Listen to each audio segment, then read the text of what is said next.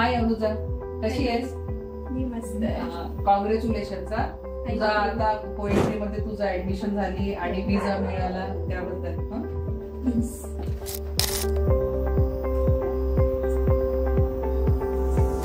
How are you feeling? कसं वाटतं? कसं फील करते? I am feeling great, excited पण आहे खूप. आणि जे काही चॅलेंजेस असतील त्याला फेस करण्यासाठी पण मी खूप एक्साइटेड आहे. स्टडी ॲडवायझर्स UK मला खूप सपोर्ट केला आहे. Right from sorting university, right from sorting countries, जे पण काही प्रोसिजर्स होते, विजा प्रोसिजर झालं, मेडिकल टेस्ट आणि IITSची प्रिपरेशन, तर त्याच्यामध्ये पण स्टडी ॲडवायझर्सचा खूप मोठा पार्ट आहे.